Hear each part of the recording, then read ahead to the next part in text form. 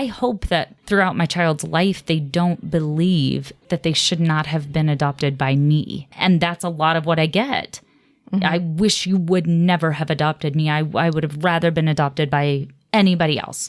Well, I hope that they don't go their whole life thinking that. I can listen because for me, that's learning a little bit more about why they feel that way. Yeah. What happened? What made you think that? What would be the ideal situation for you? What would that have looked like? Yeah, that makes sense. Welcome to the Honestly Adoption Podcast, a show about adoption, foster care, advocacy, and becoming the best caregiver possible. Pull up a chair. We're glad you've joined us. Here are your hosts, Mike and Kristen Berry, with Nicole Jurgis. Friends and family, welcome back to the Honestly Adoption Podcast. You're joining us for Season 26, Episode 235. And we are so glad you have joined us. I'm here. I'm Mike Berry. I'm one of your hosts, Kristen Berry, Nicole Jurgis, and we are in our latest round of Where in the World are Mike and Kristen and Nicole recording this podcast from? Recording it from my desk. From Kristen's office. It's beautiful, by the way. Thank you. I come in here and I just feel comfortable. I had to move my sewing machine so we could. I appreciate getting a lot of work done. No, I don't do any sewing for a living. I just like my sewing machine. So She does. It's true. I've had it out on my desk. And she's good at it, so... But it has been a little bit comical because we've recorded. If you've been listening in for this series that we're in called Pro-Human, Becoming Pro-Human, the joke has kind of been that we've been all over the place. We've been at our apartment in the city. We've been at Nicole's dining room table. We've been over Zoom. Some of us have come into contact with COVID. The dreaded COVID. But now we're back. COVID-19, but we're all good. We're all healthy. Followed the protocol. All together again. We social distanced and all that. Well, we didn't, but we're back. And we're concluding this series called Becoming Pro-Human. This has been a great discussion. We've heard from a lot of you guys out there that you've really enjoyed this open and honest talk discussion that we've had over the last, it's been over the last month and a half now, I think, is how long we've been in this series. And we're going to conclude it, if I can say that word. We're going to conclude it in this session, in this episode. And this has been great. Honest and open, and what we've attempted to do with this series is really take a 360-degree look at what it means to be human, right? Am I hitting the mark with that? Is that accurate? Caring for the lives of humans. Yes. So, That's and good, we've talked about all kinds of stuff. Yes, pertaining to the lives of humans. And I suppose, just as humans ourselves, we could do this series till the end of time because there are always ways to care for humans better. Yeah. But we're still wrapping up today anyway. We could keep going forever and ever. Yeah. But under this particular title, this is the last episode in this series. Yeah. And so we're talking about... And the last episode of Season 26, because we're wrapping up Season 26. So next week, Season 27. Great. It's going to be great. That is great. So we're talking about listening, about caring for humans by listening and believing the stories of other humans and the lived experience of other humans. Yeah. I think we've seen a lot of people trying to negate experiences. And listen, there's a difference between a view, what you think, what you feel, what your whatever your beliefs are and your views. That's fine. That's your views, that's your beliefs. We're not talking about that. We're talking about when someone tells their story, don't try and negate it by saying, well, my brother's uncle's cousin's wife had a different experience. Well, yeah, because I had to follow that line of thinking. Yeah. She is a different person. Yeah. She's her own human being with her own lived experiences. True. Right. Yeah. So, we saw a lot of that. Kristen told a little bit of her story, and it kind of got into this, well, that's not what happened with, what about this person's story? Well, that doesn't negate thanks for sharing, but you use that as a point to, to negate her story. That's not okay. Kristen wasn't sharing her view. Well, she did share her views and her beliefs based on her experience. And people were coming back to fight her experience by saying, well, somebody else experienced this. Well, that's how humans work. Right. We all have different experiences. And it's not just, I want to say this, it's not just about listening. It's also about reading before you react, because no, that's too much and we won't go down a trail on this one because it's been very hard for me. I've wanted to react at times, but the truth is, in this world, along with listening, you also, when somebody shares something online, let's take that for example, read the entire post, not just the clickbait, not just the picture. Don't form your conclusions based on what you think is happening in a picture. Oh, yeah. Or what you think somebody says in just the little copy that shows up at the top of the post. Right. Because people read that, and some of you all that are out here listening, that's you. Well, maybe you don't know that's you, and maybe that's part of the problem. But you see the picture, you see the first line of copy, and you're like, I'm so mad at you. And you are this, and the accusation, you're this type of person, and you've done this, and it's like, that's not what we're saying. That's not what we said. Literally no one said that. Literally nobody said that. Yeah. So we have a rule at our house that you can have one food that you hate. It's fine. You can't hate all the foods, but you can choose one. Yeah. And you don't have to eat that. And you can say you hate it. Yeah, that's fine. You can have one. And so you need to choose carefully. What is your one food that you cannot tolerate?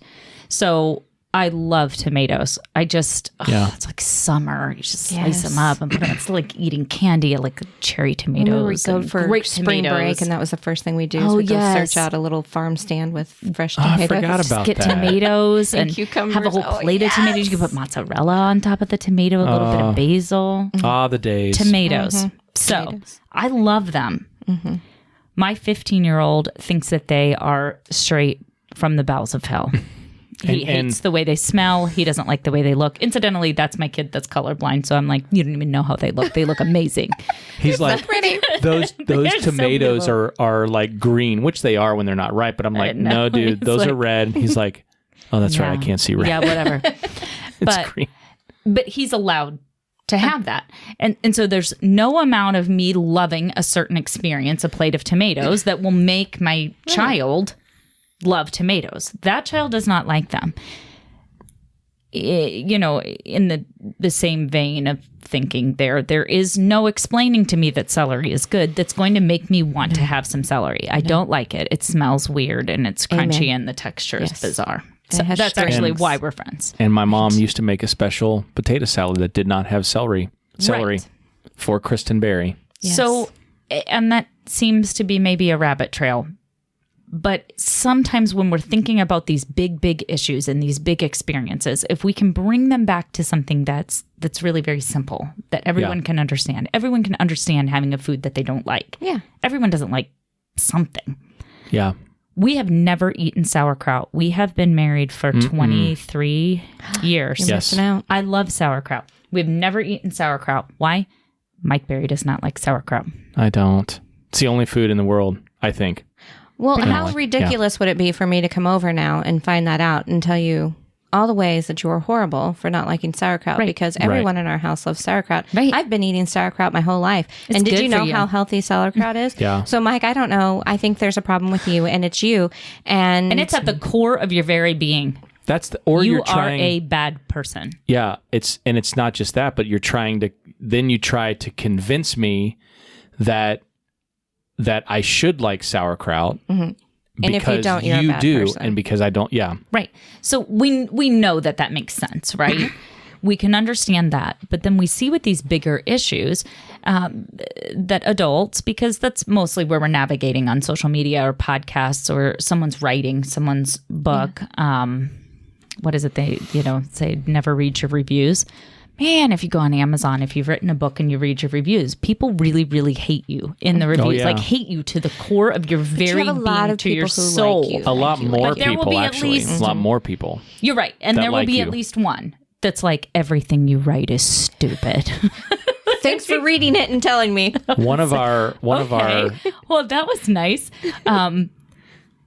Now my feelings are hurt. But at my point, okay, if you're reading a book, you're listening to a podcast, you see a story on the news, or you open up the newspaper, you overhear your neighbor, or you're raising your children, you are going to hear why we're talking about this today. Right. We are noticing in our culture that we can't listen to what other adults say.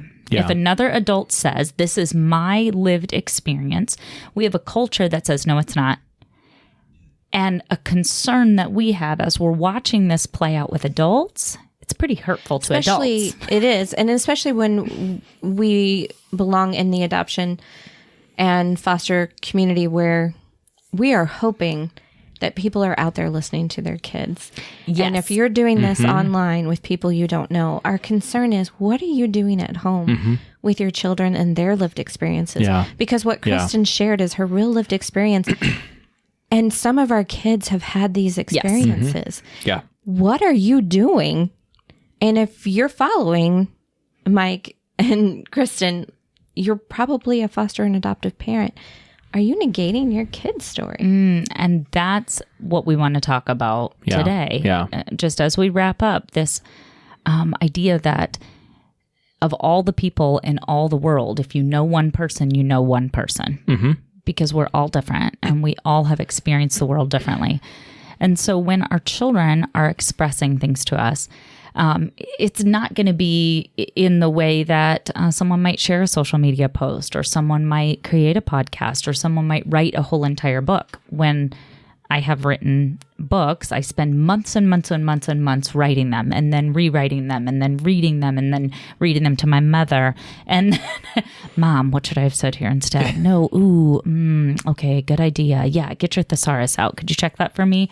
So we go through layers and layers and still, writing is a very vulnerable thing. But we check. I'm not drinking. What am I even saying? We go through different checks, whether you're reading that to a friend or to yourself, or having your editor go over that. Those are more polished stories. What happens when our children tell about their lived experiences? Yeah. That looks a lot different. Yeah. And we know that it's firsthand. Not even sometimes a story. It's an emotion. Exactly. So when our children are experiencing or recounting a lived experience, they probably aren't going to go to their editor first and say, do you think I should put the F word in here? Yeah. Or do you think maybe... Yeah. No. They don't have a filter. These are our kids. Yeah. And so in their vulnerability, these conversations are happening in the car. They're happening... when they got scolded at school, they're happening in the principal's office. They're happening, as you're tucking them into bed with over the dinner table. Or microaggressions or true out, racism that our kids experience. Yes. And so we can, as parents, we're used to being in charge of everything. That's our job. We need to know what's on the schedule. We need to know what's for dinner. We need to know who takes what medicine and when. That's our job. But with this, we have to shift our role and do something different. We need to be listening. And we know that those stories, you just mentioned microaggressions. Most of the time, our kids aren't coming home and saying, this microaggression happened to me today at kindergarten. Right. We're listening. Yeah. We have to take a different posture. This isn't the time that we know the answer. This is the time that we're just listening. Yeah. Because they're going to, the truth is, they're going to behave that. They aren't going to articulate that. Most of the time, they're not going to. It's going to come out in behaviors, right? And if you are the type of person that reacts to the behavior, you're going to miss the bigger picture of what's happening. So you have to be dialed into the fact that there are, well, let me say it this way. You have to be dialed into the fact that your kids are feeling this, they are processing this, and they're carrying this with them every single day. And some days are better than others, but this will come out. They are going to express themselves, and they don't have a filter. They don't have an editor, like you were saying, to say, hey, how does this sound before I say it? Right. I'm about to go tell my mom. How many times have we said that? Which language should I use? Right. How many times have we said, whoa, okay, because it all comes spilling out. And I think along the lines of this idea of listening and what we've experienced the last month or so from those that haven't listened or haven't read the whole post, is that your kids are going to grow up to be who they are. They're going to form their own ideals. They're going to form their own views on things. And there's nothing you can do about that. Well, and they're going to have their own stories. They're going to have their own pain that they, at some point, will share. Yeah. And some of that will be some of the stuff that we've caused. Yes. What we don't want to hear that, but we are. So how are we going to validate those big things that are going to come across that our kids are going to say to us that we're like, oh, no, that's not how I feel. Or, no, I'm sure that wasn't what they really meant. So how do you go about validating when someone, I'm not talking about they have a different view or their different belief. We've talked about that as well. But what are we going to do when our kids are telling us their story? How do we validate them? Well, I think it starts by listening to the whole thing first, because we know it's not necessarily that our children come to us and say, I want to tell you about a time when I experienced this trauma. Yeah. No. Usually it starts with something else. Yeah. I hate you and you never should have adopted me. Yeah. I wish I had any other family besides you. I wish I'd never been born. You hate me and you wish that you never adopted me. I literally didn't say that. But listen to the whole thing. So we know that there's always something below the surface. People don't wake up and feel good about themselves and their story. When your kid's like, you wish you never adopted me, you hate me, I wish I would have adopted into another family. Like, how do you respond to that then to validate that? Because that's hurtful and you know that you don't feel that way. Yeah. Yeah. I think there's, curiosity. I think that there's always more. So, oh, wow, that's a big feeling. What brought that up today? What were you thinking about? And sometimes we can guess. If our kids don't know, maybe they're too much in that emotion. Sometimes we can take a few guesses. Oh, I'm wondering, were you thinking about your mom today? And maybe our child says something, she's not my mom. Yeah. We're like, oh, that's a really big emotion too. Can you tell me what brought that up? So sometimes we're, in curiosity, we're digging a little bit deeper. So asking those questions to get a little deeper before reacting. Yeah, that's what I was going to say. I don't think it's not necessarily about how you respond. It's about the questions you ask, because the reality is, I think a lot of times there's a visceral reaction in us when our kids scream something like, I hate you. You're not my real mom or dad. I wish you would have never have adopted me, right? There's a visceral reaction. There's either A, sadness because we're like, well, I love you. I'm glad I adopted you. Or there's you want to react with like, are you freaking kidding me? Are you yelling at me right now? Because you're in the heat of the emotion. Sure. But I think this is the big exercise for us as caregivers, for us to be able to step back and listen to the whole thing. Oh, it's that listening piece. And then begin to ask bigger questions. Hey, whoa, what? This is I can tell you're really upset. What's really going on right now? What's causing you to feel that way? That curiosity opens up a whole new world. And some of our kids are really bad, even if we ask follow-up questions. We have a couple kids who just, when they're in that moment, they don't want to answer questions. It's still your fault. They're not ready to process it. We have a couple kids in our families that are those, I need a day to process it. Right. And Krista and I are really big about processing stuff with each other. Yeah. And so I think our kids, sometimes they'll have those big feelings, those big reactions. You can ask the questions, you can listen. And sometimes you just have to give them time. But the thing is that you have to be willing to let them come back after those big feelings. Yeah. And, stay connected with them. Keep taking them out for ice cream, even though they don't like you. Yeah, hold space for those big emotions. Be available for them. And so they can come back later and say, hey, this is what was going on. Something happened at school. Someone said something to me. I saw something on TV, whatever it was, their story. Yeah. Right. And we need to be able to validate that. And we need to stop with the, no. That's not how, you shouldn't feel that way. You know what I That's think? not right. I think a lot of times what parents struggle with, and I say this, I'm not saying all of you out there listening. I'm pointing at us, right? This is what we have struggled with, right? Is that, you know how I was talking earlier about how people will see the picture that's posted, or they'll read just the you know how Facebook will only post like the first sentence, and they'll respond without reading the whole copy. I think we do that as parents often because we have Way to tie that back together. I just thought about that. You were a thought leader. I am. Did I lead you in thought? You did right lead now? me in thought. You Both feel of led? you. Christ. Oh man. Wow. feel Well, that's it. genuinely There's led. nothing else to talk about on this show. I'm and sorry, this is the interrupted last that episode thought ever. before you even finished it, but I knew where you were going. I'm like, wow, look at Hold that. on a second, because this may tank royally. You haven't listened to the whole thing, right? So, anyways, yeah, I think that's what we do as parents. I think when it comes to behaviors when it comes to emotions, we hear the sharp words, oh, I hate you, and we react, or we see the meltdown and we react. That's the same as just looking at the picture, reading the little snippet, and drawing the conclusion. We have to, as caregivers, step back and say, okay, what's the whole story here? Right. And what's the backstory?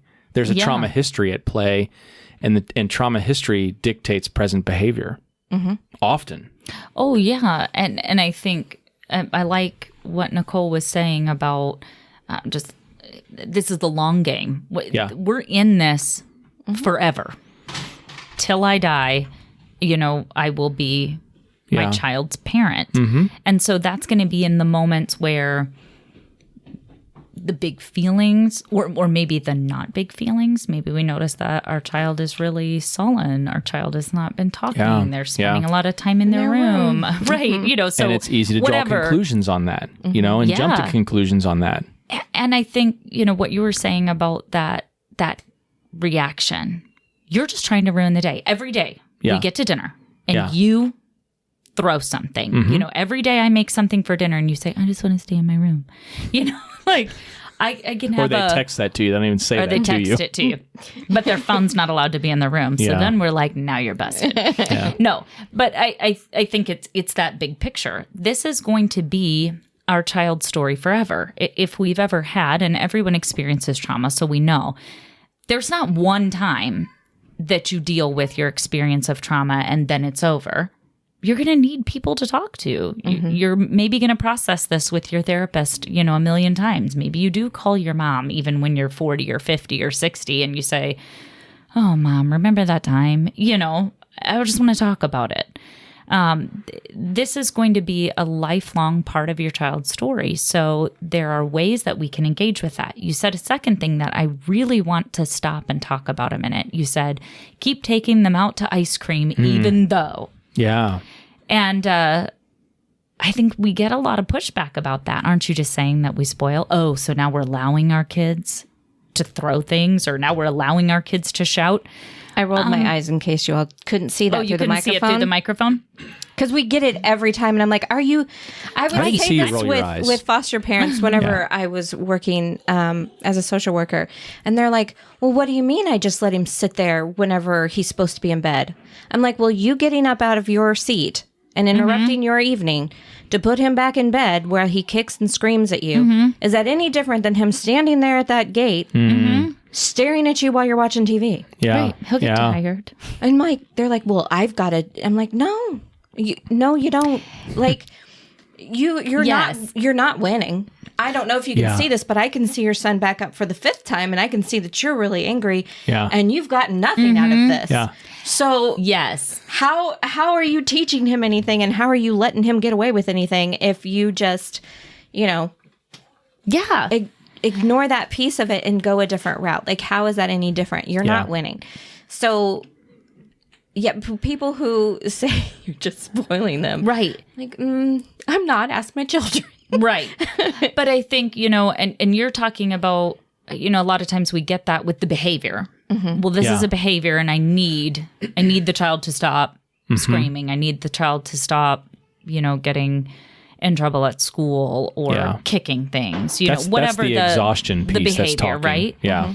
But I think when we're talking about listening, then if you take that conversation and you just take it to this listening and understanding where our kids are coming from, listening to hear their story and validate their story, you're still asking yourself the same question. What's the end result that I want? Well, I want the child to go to bed, in your scenario. I want the child to go to bed. It's just time for bed. I want to sit down for a little bit. Okay, so when we're talking about, knowing our children, when we're talking about validating their stories, we're talking about, letting them know that we'll be their parents forever. Yeah. Then what is it that we want? What's the end goal? So I'm not saying if your child throws something, say, oh, honey, do you need some ice cream? That's not what we're talking about. But what we are saying is maybe we've had a blow up one day and we know there's more going on. Maybe we got a tiny little bit. Maybe the child says, okay, I'm not mad at you, but I'm just so mad I got adopted. Okay. Yeah. I bet that's really hard. I don't know that experience because that didn't happen to me. Thanks for telling me. That may be all we get one day. Now maybe it's the next day or another day. This is when we're saying, hey, I came to pick you up from school. Dad got the other kids, and I was thinking you and I would like to just stop by and get some ice cream today. You want to do that on the way home? This is not spoiling.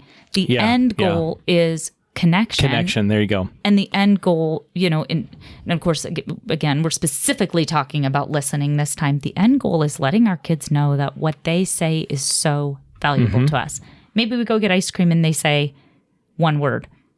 Or they don't talk about anything. Yeah. But that lets them know that they're not in trouble for how they feel. Yeah. They're not being othered or outed or not a part of our family because they feel angry. Yeah. Yes. So, I think our kids can feel that with I have one who's very touchy on that. And so all the time I have to connect. Even when I'm angry, I have to be like, listen, I'm allowed to be angry at you. I'm allowed to be upset. I still love you. I'm not going anywhere, and taking some time to connect, even when I'm feeling angry or I'm feeling hurt, because I know that it's not what she's wanting. She's not trying.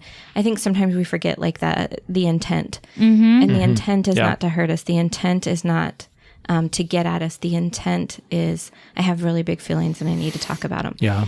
And so I think, our big fear was when we started seeing this online is, what if you can't listen to another adult tell their story and just validate their story and stand and say, I'm really sorry that happened to you, or just read her story and move on if you don't like it. Or we could go with not commenting. That would be helpful. Literally. But if you're not capable of doing that with another adult, what are you doing in your home? Yeah. And I want you to really think about that and not get mad at it, because it's really scary. And that was the big thing that, we all just want you to hear. We're not talking about, there's a difference between understanding someone's story and accepting someone's views that are different than you.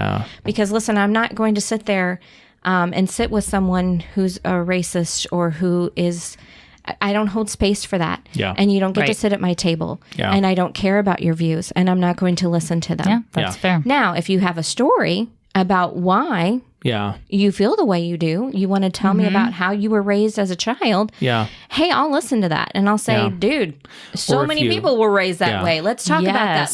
That's the thing. Or if you want to learn, if you're looking for answers or wanting to learn. So that's what I'm saying. There's a difference. So I don't want to get it, because people are like, well, you don't like people who have different views than you. No, it's not you that. don't get to push your views down my throat, and I don't have to accept it. It's listening to people. She told a story about what happened to her. An experience. The thing that was transformational for me many years ago was reading Brene Brown's Braving the Wilderness. And she talked a lot about this very thing that it was really kind of on the cusp of this dissension a word?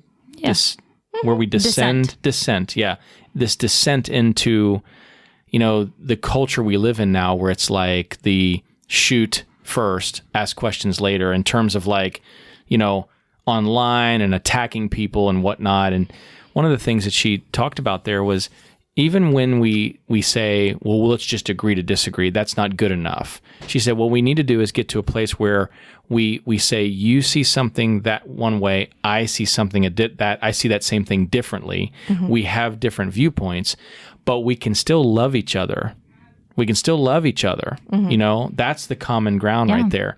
So it's okay that we see things differently. It's okay that you voted for this candidate and I voted for this candidate. It's okay that you have this belief about this agenda and I have this belief about this agenda. We can still love each other and see things differently. I had a conversation with a friend a couple of years ago, and this friend had not spoken to me in over a year because he could tell that I had different views on things than he did. And I looked at him and said, but here's the thing. That's okay. Because love is what stands in between us. And he was like, wow, I've never thought about it that way. And I said, well, that's okay. We all are created, all 7 billion plus people are created uniquely. So if all 7 billion people believe differently, that's okay. We can still love each other. And that's what this world is missing. I take a different view on that because I say, I'm sure okay, that because there's love. Because I say, I'm sure that the Nazis were really nice to the other Germans and they would go to lunch with them and they would be really nice and people would say that they were nice people in their community. Yeah. I'm not having lunch with someone who does not believe that my children are fully human, and I'm not going to show that love. And if you're going to be, I don't care if you're my family member, I'm not going to your birthday party or Thanksgiving dinner. I'm not sitting there because my children are not fully welcome and you don't, absolutely. And because of how you voted, you believe in them as second class citizens. Yeah. So I don't hold that same view. Like aunt and uncle, you know, there was much love for you as a child, but we're not talking and I'm not coming to celebrate with you because I'm sure, like, I know that they're really nice people to me. Yeah. But they are not nice people to other people. And I'm not having dinner with them. Well, and I'm not not sharing bread with them. So that's my view. I'm like, no, I agree with that because loving people, choosing to be okay. Let's put it this way: choosing to be okay that people see things differently doesn't mean that we hang out with those people. Because I'm that way. There are people where I'm like, you know what? As a human being, I don't go out of my way to fight with my aunt and uncle, and I'm not going online and yelling at them. I'm just like, as a human being, there are certain people that I will not spend time with and will never spend time with because there's nothing to that. There's no substance there, right? Or I just flat out disagree with them and I don't want to be in a conversation with them. Oh, and I think there's a level of trust there though, when we're talking about different things. So if we're just listening to someone's perspective, what is it about that candidate that made you vote for them? Since we seem to be talking about politics right now, what is it about that made you vote for that person? Oh, interesting. And then, how did you come to that conclusion? How did you reconcile some of the things that are so, against what you believe? I mean, I've had people ask me that about who I voted for too. How do you reconcile? How do you reconcile this? How do you reconcile that?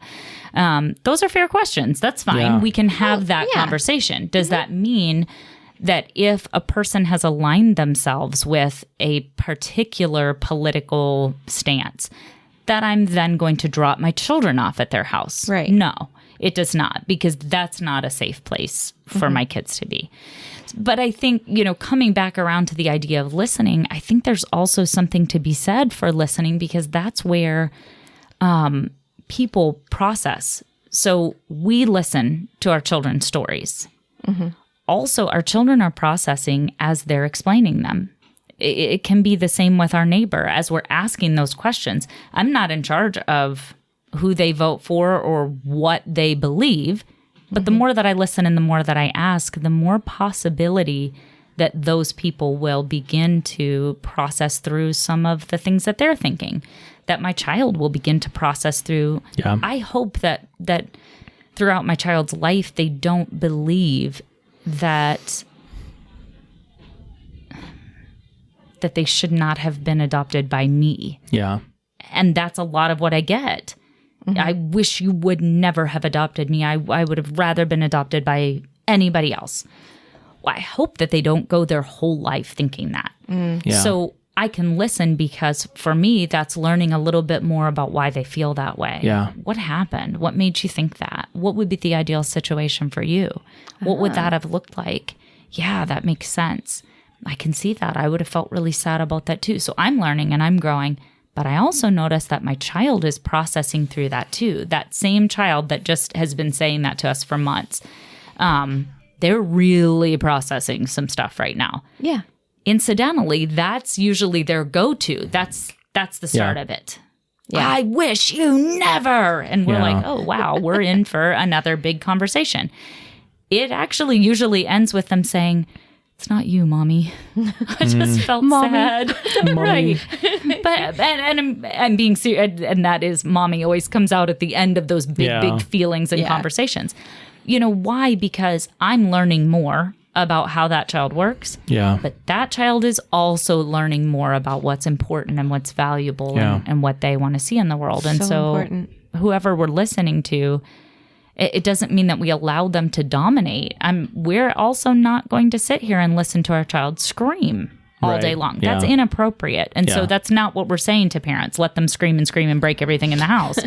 What we are saying is, whenever we see a big reaction like that friend that you were talking about, I had actually sent a message multiple times over that year to say, like, hey, you guys want to get together? Or like, you want to get drinks or anything? No, radio silence. Are you here? And I didn't know what was going on. I was like, oh, I guess, they must be really busy. But because you listened, I think that opened the door for them processing some of the things that they were really grasping onto. This, I've always voted this way, or I always. I mean, some of the things that are ingrained in us that we're taught, from children, this is what we do. They were really holding tightly to that. And when they knew that you and I kept inviting, we had figured out the political difference at that point. but when you were still willing to say, like, let's just have a beer, let's just sit on the back porch, let's just talk for a minute, because we used to be really good friends. Yeah. Mm-hmm. And when that person admitted to you that they were ignoring us on purpose, that opened a whole door, and that friendship has come back. It has. And because they could see that you were not what they thought you were. And you know what, to tie all this together, really, this is kind of the bow that you want to tie on this. And I'm not tooting my own horn here, but I'm just saying, one of the things that came out of that initial conversation when he admitted that, I've been avoiding you for the last year, he was surprised that I didn't have anything to say in response, that I was just listening to him. Mm-hmm. That's all I did. I just sat there. So it points to this. I just sat there and listened. So it points to this truth that listening can be transformational. It can be transformational for friendships that have gone off the rails, but also with your kids. We have kids that are entering into this young adulthood and are struggling into young adulthood, like the 2021 age. And my daughter came back and she said, Mom, they don't have, she's talking about a friend and what's going on. And she said, they don't have parents like you. They can't come and tell their mom and dad everything because they know that their parents won't accept that. Yeah. And one of the things that you guys have always done is that you guys, I know that no matter what I go through, no matter what I think, no matter what I feel, no matter what I experience, I can come to you and I can talk to you about it. Doesn't mean that you're going to be happy with me, but I know I can come and talk to you and I can look to you for help. Yeah. And that's what we want. That's that end goal that we have shot for. And it doesn't always look pretty because our young adult kids are not, they're young adults. I remember when I was a young adult, I was a hot mess too. It's so different when you experience as a parent. But, and not saying our kids are hot messes. They're great kids. No. That's they're young adults. They're so young adults. It's everything from, budgeting to values to, friendships and, oh my gosh. Everything. They're just out doing their own thing. But I love what you said about that. It's not that in listening you never respond. There are going to be moments where you're listening and you say, that really hurts. Please don't say that to me. That really hurts. Or you've got to be kidding me. Yeah. There are going to be times where you're like, absolutely not. Yeah. There are going to be times where you say, because we are a parenting podcast, where you say to your child, okay, I need to take a break from this conversation. Yeah. I see that you have a lot of big feelings. Yeah. We've been talking a long time and I need to regroup a little bit and come back to this. Can we talk about it again after breakfast tomorrow? Or can we just pause for a minute and choose a different TV show? It's okay for us to set a boundary too and to say, totally. That's a big part of behavior response and behavior management. But the important Boundaries. thing is that they came back and they're talking to us. Yeah. Yes. So I think listening, that's what listening does. But That's what that- listening produces. you've got to start it when they're little. And that, our values have changed. So that comes to being able to hold that spot when you have a little kid who's like, I think I like boys and girls. I think I might be gay. I think, what do you think about drugs, Mom? What do you think about sex, Yeah. Mom? Our kids, I like country music and I'm growing a mullet. Oh my gosh. we draw a line. I draw a line. I'm just kidding. Sorry for So- anybody out there that has That a mullet. loves country music and likes has a country- mullet. We love you. That It's was just- that's probably just not the our most jam. upsetting thing we've talked about in all of 2022 was when our child was like, yeah, I'm gonna I can't even say it. I'm gonna listen to country music and I'm gonna cut my hair But in your a mullet. son, your teenage gosh. So son mad. came to you to talk to you about it. Right. And our kids He have felt come safe to enough us. to talk to me about They felt it. I safe mean, enough to talk about Our country kids music. have come to us when, they're like, I heard about a blowjob. Sorry if you can't say that. You'll have to edit it out. Yeah, we can leave that in, I think. I think that's okay. I think it is, yeah. So, but that has happened to each of us. Yes. This, Yeah. Oh, yeah. Oh, I heard on the bus, what does this term mean? To the point that sometimes I'm like, I legit don't know. I'll get back to you on that. But you can't Like that- Google search it because No, then because now it that's sets on off the every- computer, right? Yeah. You got to call your friends really discreetly and be like, "Have you ever heard this term before?" Yeah. So but the thing is what I mean is my that gosh. all of these stories have come to Yeah. us. We've had kids who have come to tell us a myriad of things that Yeah. have gone on, or we've walked into their room and saw something, or whatever. Yeah. It's happened here. And the thing is that our kids have always known my parents may not be happy with me, but I know I can always go to my parents. Right. And so that's what it means to validate other Mm-hmm. people's story, to listen. Because if you don't do that when they're young, they are not going to come to you when it's the No. big stuff, when they get Absolutely. into their teenagers.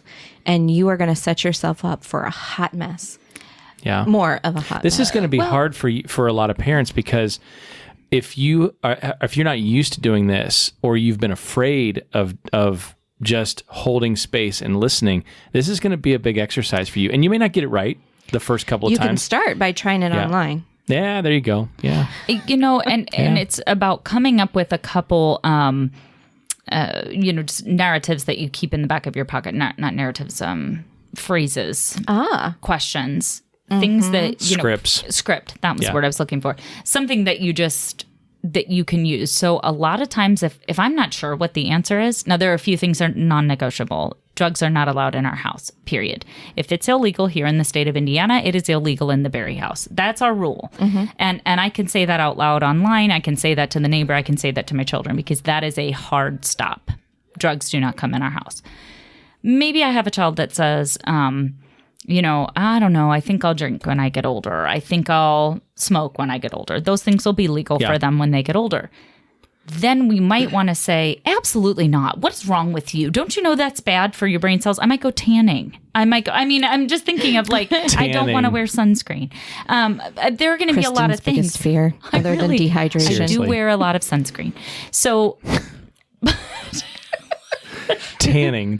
I can't believe out of everything. Well, because we had a We child did, that was yeah. going tanning. This was back when it was still the thing to go tanning. Yeah. Because we have a lot of children, and now I'm telling you how old we are that we had And we a kid actually who look wanted back- to go tanning. we look back on tanning And as we consider all the other issues we've dealt with since then, we're like, oh my gosh, can we go back to tanning? Right. I kind of wish we were talking about like long-term results of skin cancer instead of some of the other things that we've dealt with. If that was it, we'd sleep a lot better at night. Seriously. No, but in all seriousness, there are questions, there are scripts that you can have on hand. Yeah. And so a lot of times when I'm not sure what the answer is, I'm saying, wow, what made you think of that? Yeah. Oh. That's good. How do you feel about that? Mm-hmm. Interesting. What's your stance? Mm-hmm. Yeah, I've been thinking a lot about that too. I mean, even if I wasn't, now all of a sudden I'm like, dang, got to Google, whatever. But I might say something like, yeah, I've heard that before. I've been wondering how people feel about that. Interesting. What your classmates think about that. So there are a lot of things that we can just say in response. To get them talking. Yes, because the thing is, we still get to guide our children, but I think that we have had this misconception that we always have to have the answer. And sometimes we legit just don't have the answer. Sometimes we're guiding. It's okay to say that to your kids too. Right. If our child says, well, I've been thinking, I think everybody on the podcast knows at this point, we're all in a very conservative Christian faith or religion. Mm-hmm. Yeah. And, so our response to, the child saying like, I think I'm going to have sex before I get married. At first, 20 years ago, I'd have been like, you absolutely will not. That is unacceptable. My dad, right. There was no internet, but like I was thinking, how do I get a chastity belt? How can I stop this from happening? Because that was like the cardinal sin in our religion at the time. Now I might respond back with, interesting. What makes you think about that? Wow. Like, how would you know? Man. How would you know what would make a good person to have sex with? How do you choose a partner? Oh. And then what are some things that might happen if that's not a good partner? Yeah. Yeah. How will you know that you're old enough? Protect yourself. Right. How are you going to? So this doesn't mean that we're giving permission for a young child to go and have sex. Well, they don't need our permission. It's their body and they're going to do with it what they want. Solid point. But we're not giving up the direction. We're not giving up the support. We're not giving up the guidance. We're not giving up the rules. We may still, this doesn't mean that you have to say, go have a free-for-all. I know now we're just specifically talking about sex, and I didn't mean to go, but drugs, sex, even alcohol, partying, drinking too much pop. We just had this conversation here. So I'm not going to stop the child. If my child goes to school and there's a soda machine there and they want to take all their money and buy soda all day and drink it all, I'm not going to stop them. And that's not illegal and that's not technically a moral issue, probably. Whatever the issue is, it doesn't mean that we're throwing our hands up and saying, well, you're going to do what you're going to do in life. What we are saying is, how do you feel when you have a pop? Yeah. Yeah. You know what? I like to have one. But you know what? I don't feel very good when I have 2 or 3. Right. And then our child might say, yeah, me either. I couldn't sleep at all last night. Now, but we've got the door open. Yeah. Yeah. We're saying, that happens to me too. Oh my gosh, that happens to me too. Lets Maybe the child next time. take responsibility instead of rebelling against what mom and dad say that they can't no do. pop. Well, now I'm having 50. Right. Yeah. Yeah. There's something different. There's still a guidance there, but it's being secure. And I think that's, kind of what we're talking about here. I think we can be yeah. secure in our parenting by just listening and validating, by empathizing with where our child is coming from. Before we get to the questions we've been asking one another, asking our guests, what are you listening to? What are you reading? We're talking about responding. We're talking about listening. We mentioned scripts, and I want to point people over to a free resource we created called the Behavior Response Blueprint. You can find this at honestlyadoption.com/blueprint, but here's the reason why I'm pointing this resource. Number one, it's about changing your response to your children's behavior in a way that builds connection, right? But we also include scripts, go-to scripts that you can use for not every situation, but you can adapt them. Right. And it's a lot of what we've been talking about. It's a free download over at honestlyadoption.com/blueprint. And we'll also put that link in the notes. So, good idea. Yeah. And I would like to, we've been giving advertising, unsolicited advertisements. And this episode was brought to you by Pizza Hut Pizza. Boom, baby. It was good, too. It was not brought to you by that. It was brought to you by us. But the reason that we were able to get all of our 20-year-old kids... brought the pizza to us. Mm-hmm. We paid for the pizza. And we paid for the pizza. This is not actually an advertisement, but... Pizza Hut, our kids were you all owe happy. us free pizza. Mm-hmm. They did. I think they you do. ate their pizza, and they gave us this time to record. They did. In exchange for some Pizza Hut pizza. So Because that's our my kids just unsolicited... And a little bit of indigestion, but that's okay. Some unsolicited advertisement for Pizza We're all Hut. about that. We're all about it. So here are the questions. Let's do it. All right. What are you listening to? I'll start with you. Okay, so I am listening to the brand new, I think it's brand new. It may have been 2020, 2021, the latest, let's put it that way, the latest Norah Jones album. Super good. Wow. It's really good. She's just so good. And you know what? I had the thought 3 days ago, I remember I was driving and I was thinking, Norah Jones is going to be in concert here in Indianapolis. And then the next morning, I woke up and a friend of mine posted a picture from the night before of Norah Jones in concert. Missed it. Totally missed it. I'm so sad. Dang. That'll be okay. I'll get over it. But That would be nice. listen, here's the thing. I don't do blood draws very well. I can't handle blood draws when I get a physical or anything like that. I used to have, I'm not at this point anymore, but I used to have a prescription of Valium. And I would put noise canceling headphones on and listen to Norah Jones to get my blood drawn. Wow. It's lame, I know. No, it's okay. It really is. We're not going I don't have to do that anymore. We're going to validate your feelings Thank on you. that. I and your validate your experience. feelings. I don't need Norah Jones that way anymore. Well, look but at you all I do growing need her up. music in my life. Now you can just listen to her music just because, know. not as a coping skill. Because people made you feel safe and they let you go with the Valium and the Norah Jones, and now you can handle it because I feel so Yeah. connected right now. That's actually true. It is. I really do. You guys are really soothing. The voices have gotten very, very soothing. Well, because Maybe I I've will seen put you get Norah your blood Jones. drawn without Valium and Norah Jones. I thought I was going to have to carry you home. You're like, give him the drugs, give him the Norah right now. Now. Okay, so that's who so- I'm listening to. Who are you I listening have to? been listening to the Moth podcast. Okay. Yes. And they're just stories. And I thought that was an appropriate one to share for today because they are just people's stories. So people yeah. tell their I like story without any notes and without a script. And they just get up in front of an that is audience cool. and tell their story. Yeah. And they are amazing. That's really cool. The Moth podcast. Okay. Well, I took my own challenge earlier to look for more. I follow a lot of adult adoptees, but found some more. And I started listening to a podcast called Wards of the State. Oh. And he was a ward of the state, and he brings on other children who were in the foster care system, good, bad, ugly, of it all. So people just come in and tell their story about what it was like to grow up as a child in the foster care system. And I have enjoyed listening to the stories. I've learned a lot. Been a eye-opening experience to hear someone so young talk about the experiences so closely. Yeah. And then he just brings on people of all walks of life and, you know, people who've had good experiences being adopted, people who've had bad experiences, kids who have not, were never adopted. So, interesting. It's a lot of stories. I've listened to most of them. Yeah. So it was really interesting. So that's what I'm listening to. That's good. All right. So what are you reading?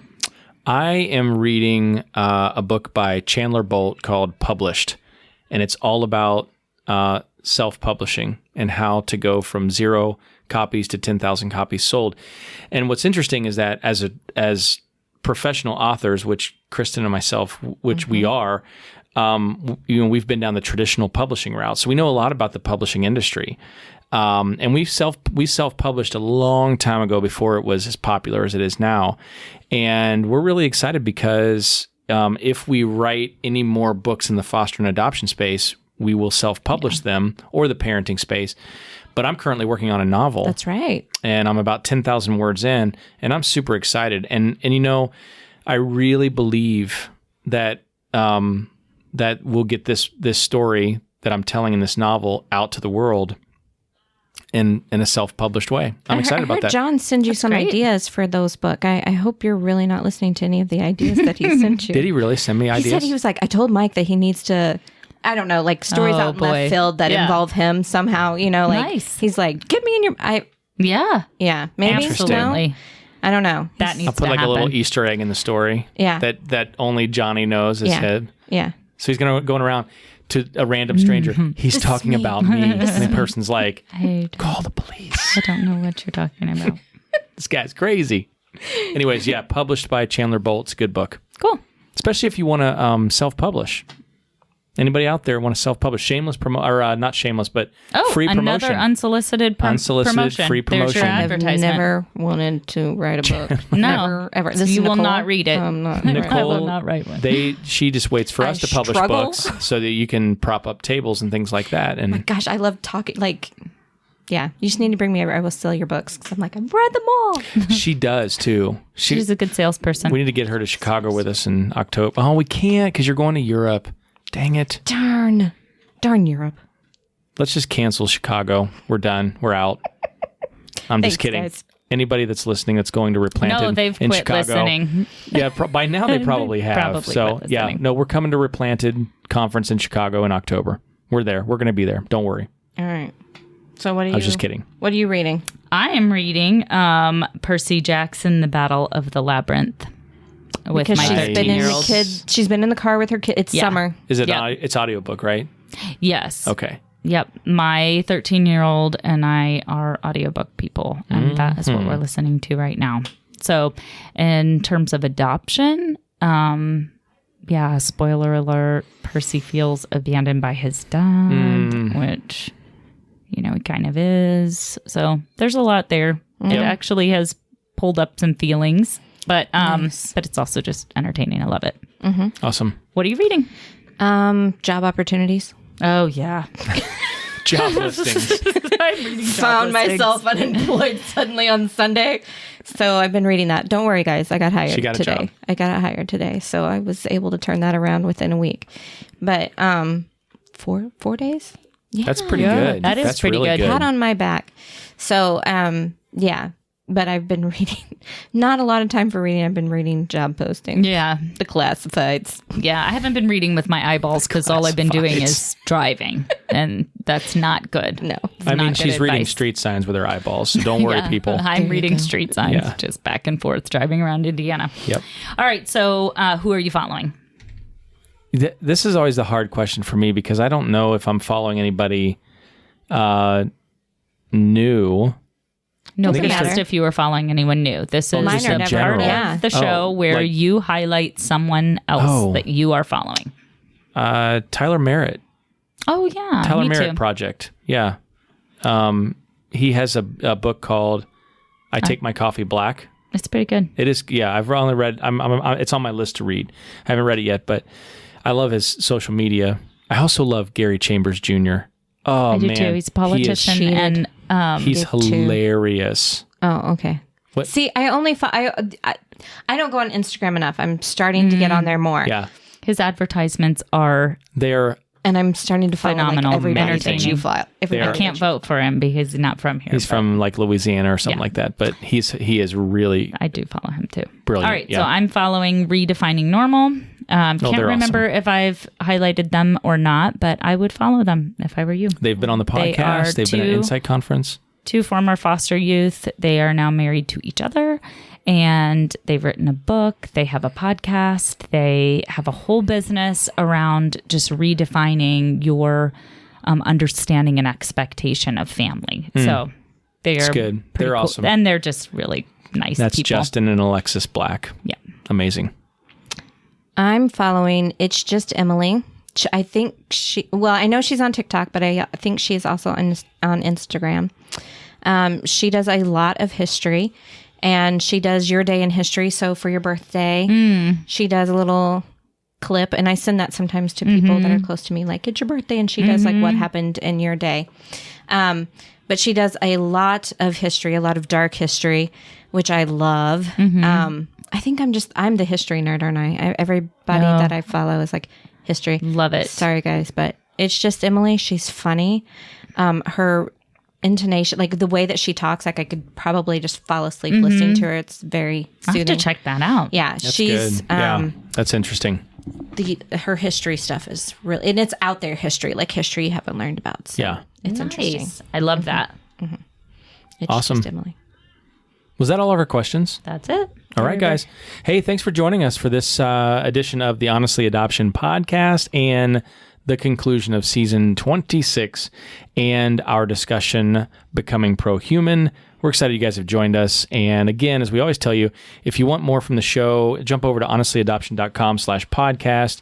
Catch up on past episodes, especially if you're new. If you've never been to the show, or you've never listened to the show before, you can learn more about that. Plus, grab some of our free resources like our behavior response blueprint. It's all over at honestlyadoption.com. You guys are awesome. We love you. Thanks for listening this week, and we'll see you soon. Thank you for listening to the Honestly Adoption Podcast, a resource courtesy of the Honestly Adoption Company. To learn more about us, visit www.honestlyadoption.com.